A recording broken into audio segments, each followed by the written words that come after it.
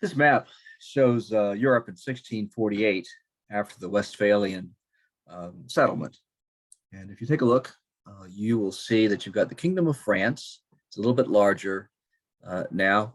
The Habsburg, the House of Habsburg is still there. They're indicated in the kind of more or less red portions of the map.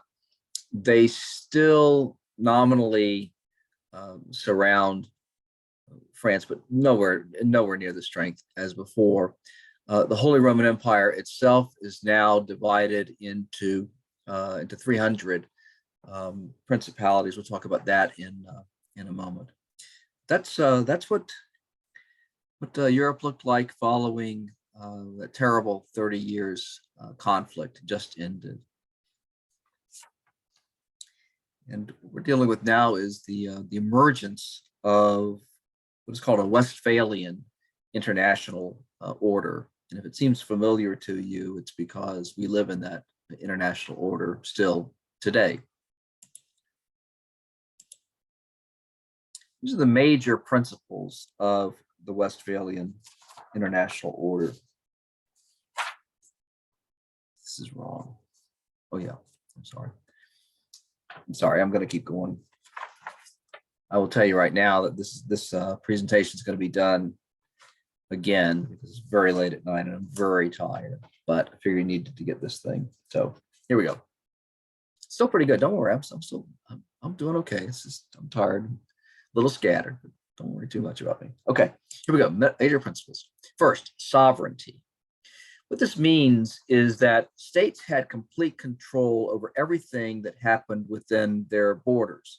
This would have to do with revolts, religious alterations, repression of dissidents, and also if they wanted to change their government, it was just up to them. If they wanted to change from a monarchy to a republic or anything along those lines, they could do it. Since I'm just talking to you, I'm going to redo this presentation. You know that the United States, or sorry, that Russia may be on the verge of invading Ukraine. And this is of concern to everyone because Ukraine is a sovereign country and Russia would be violating those borders. It would be a major breach of the entire international order. So it's very problematic from that standpoint. Okay. Secondly, Quis regio, ius religio is reasserted, whereby the ruler of each state decides upon its official religion. Okay. Then religious toleration is extended to allow for private worship by people belonging to a faith other than that of the ruler. This principle is sometimes not well observed, but it's there. And it's written right into the language. There's a reference to a previous agreement that has this in place. So, and these three features are written into the treaties themselves. The rest of this are aspects of the Westphalian order that sort of emerge from the implications of the treaties and also of a changing climate, political climate, cultural climate, and so on. The first thing is, hang on, there we go. First thing is religion ceased to be a motivation for war. There's a cultural antipathy by Protestants toward Catholics and vice versa. That still persists, but it's not a reason that countries go to war with one another. Now, a view of international policy that 20th century scholars would call realism became the dominant frame within which European countries operate. I'll get to realism in a bit. The maintenance of a balance of power in Europe now became the main driver of armed conflicts. It's no longer religion. It's now the maintenance of a balance of power in Europe. And that's going to be a theme in Europe for centuries. But initially, as we're going to see, it's focused on containing the rising power of the Kingdom of France. And then raison d'etat, literally reason of the state, became the basis on which rulers determined whether and when to go to war, when to make and break alliances, and so on. And by the way, nowadays, we have a sense that war should be a last resort after everything else is every other way of solving a problem has been exhausted.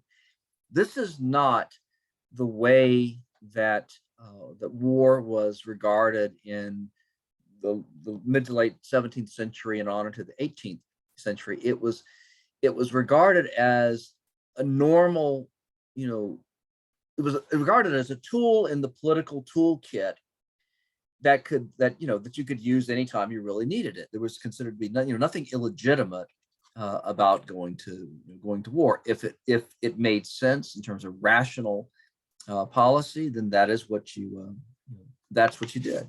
Okay. Now let me talk a little bit about realism. This again is not an idea that goes back to the 17th century. It's not as though they decide, oh, we're realists now. This is articulated by scholars in the field of international relations. It's a field that emerged in mostly in the post-1945 era after the Second World War. But these are the tenets of realism.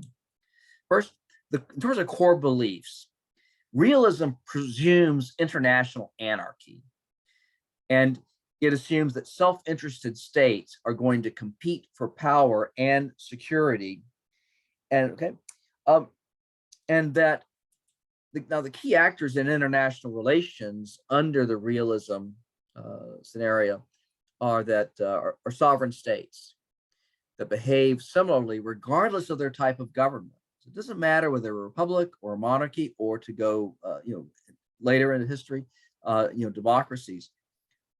Realism says that all of these types of governments are going to behave the same because they're going to frame security threats in the same kind of way and respond to those threats in the same kind of way. The main instruments of that states use to get what they want is pretty much sort of hard power, like we said. Soft power is a modern concept that involves influencing countries by being an attractive society, having appealing values, or just invading the country with McDonald's, and getting everybody to eat at McDonald's and wear blue jeans and this kind of a thing, and want American cars and watch American movies, and so become American. That's kind of the idea of soft power. I'm giving it to you in caricatured form, but hard power is what we're dealing with in the 17th and 18th centuries, for sure. We're talking about military power. We're talking about traditional diplomacy, and when I say finances, we're talking about the ability of some states to either to pay other countries, to pay them off, to secure their support in wartime, or to help them stay in the fight. This is what France did with Sweden in the early 1630s, as you may recall. Okay, so these are this is basically what realism looks like. Now, I want to talk some about grand strategy. Okay. Grand strategy refers to the use by a state of all its resources to achieve long-term objectives. And grand strategy can be used in reference to a single war, or grand strategy can be used to express how a state uses all of the instruments of power to find its place in the world in terms of holding on to what it's got or acquiring things that it doesn't have. Okay. So grand strategy can be used in both those senses of the term. And the basic elements are diplomatic power, ideological power, military power, and economic power, which you can remember with the acronym DIME. Diplomatic power, that's the ability to befriend or threaten other states. Nice kingdom you got there, be a shame if anything happened to it. to create and dissolve alliances, and to settle conflicts by negotiation. Ideological power. This isn't really prominent in the 17th and 18th century, but you will see it emerge with the French Revolution, which begins in 1789. And ideological power is the ability to exert influence by way of having appealing values. And this kind of power is usually aimed at the population of another state rather than the other states directly, by which I mean the governments. The governments, are invested in a status quo. These appealing values that are coming from another another state are likely not to be appealing to to that government. It just sort of doesn't work that way. But they might become appealing to the people, which would then put pressure on their governments to change. The values of the French Revolution, to anticipate a future lecture, of liberty, equality, and fraternity, of brotherhood. These were appealing ideas that the French revolutionaries exported, to other parts of Europe.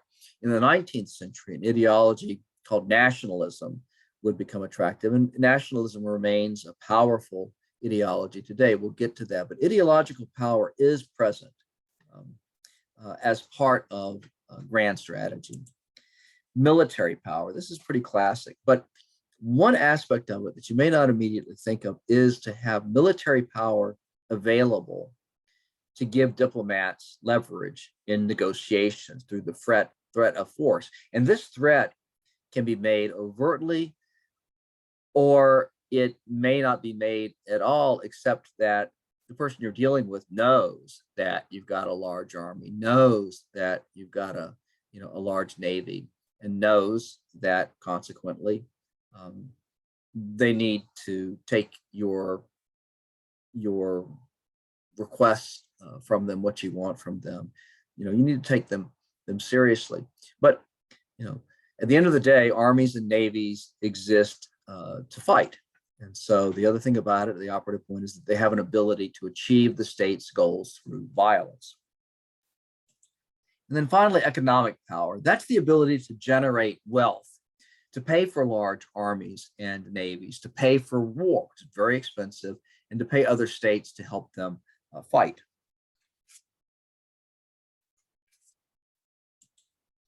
I want you to take a look at the major wars in Central and Western Europe between 1688 and 1783. We're not going to discuss any of these in detail. I just want you to take a look at them.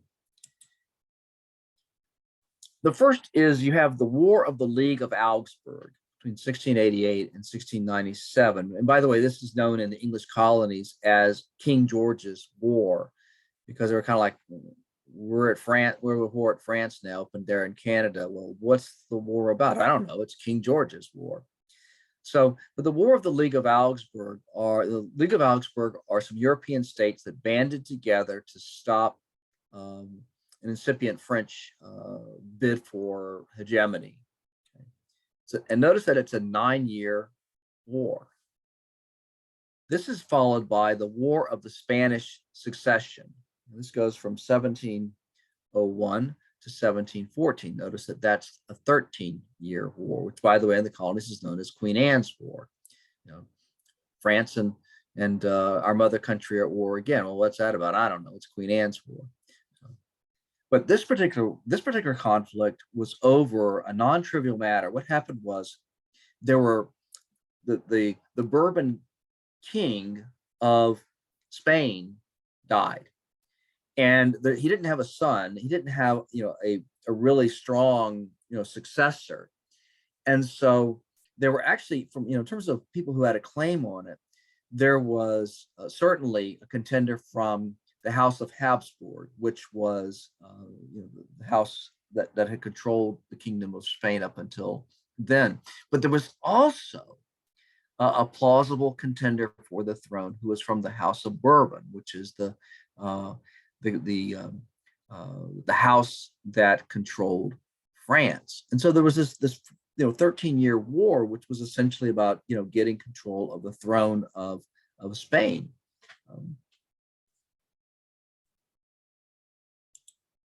Then you have the War of the Austrian Succession between 1740 and 1748. The same basic story as before, but this time having to do with the succession in Austria, which is a shorthand term for the Habsburg lands in Central Europe.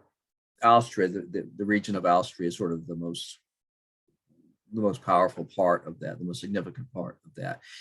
In the colonies, it's like, what's going on? You know, France and our mother country are at war again. I don't know. Let's just call it King George's War. King George II is on the throne now, so let's go with that.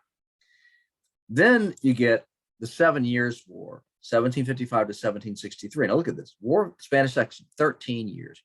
War of the Austrian Succession, 8 years, and then 7 Years' War called the French and Indian War in North America. That is obviously 7 years. So all of these wars take a long time to play out, and I'll explain why in a moment. But with regard to the 7 Years' War, there's something worth sharing with you immediately, and that what occurred in the year after the war began, Austria switched from being an ally of Great Britain to being an ally of France. So in the War of the Austrian Succession, they've been fighting France and on the side of Great Britain. And now they've swung around and they're on the side of the Kingdom of France. And this is the most dramatic example of something that has sometimes been called the stately quadrille. Nobody dances the quadrille anymore, but it used to be a formal dance in the ballrooms of the European nobility, and it was a dance, and it was characterized by formality, but also by this endless movement. And so it's a name given to these constantly shifting alliances between the great powers during the 18th century. And these shifts in alliance are driven by raison d'etat. Sure, we were fighting those guys just a few years ago. So what? It's now to our advantage to fight alongside them. This was routine. And the ultimate objective was to maintain the balance of power in Europe, so as to stop any one alliance or any country from becoming too strong. That's just the way things work. Then you get the War of American Independence, the War for American Independence, between 1775 and 1783. And this is another long struggle. It's the longest between Great Britain and its colonies, which in 1776 that set themselves up as states.